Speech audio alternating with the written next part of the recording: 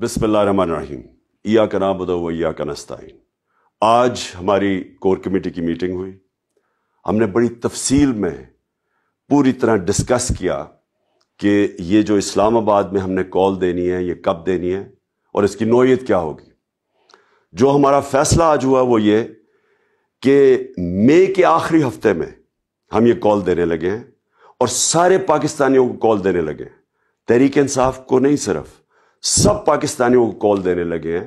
اور اس لیے کال دے رہے ہیں کہ ہمارے ملک کی توہین کی گئی ہے۔ ایک بیرون ملک سازش کے تحت پاکستان کے کرپٹ ترین لوگوں کو ملک پر مسلط کیا گیا ہے۔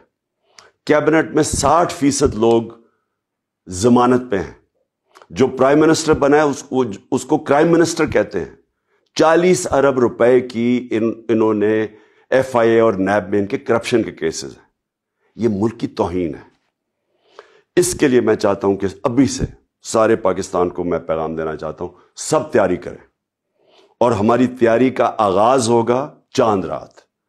چاند رات میں میں اپنے نوجوانوں کو خاص طور پہ کہنا چاہتا ہوں کہ آپ نے نکلنا ہے چاند رات پہ، جھنڈے پکڑ کے نکلنا ہے۔ ساری دنیا کو آپ نے بتانا ہے کہ پاکستان ایک زندہ قوم ہے۔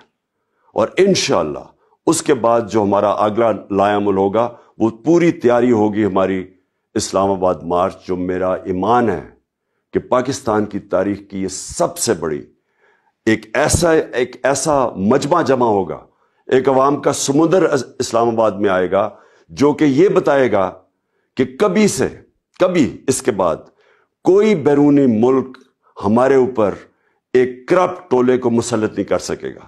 پاکستان کا جو فیصلہ ہوگا وہ پاکستان کی عوام کرے گی۔ پاکستان زندہ باد۔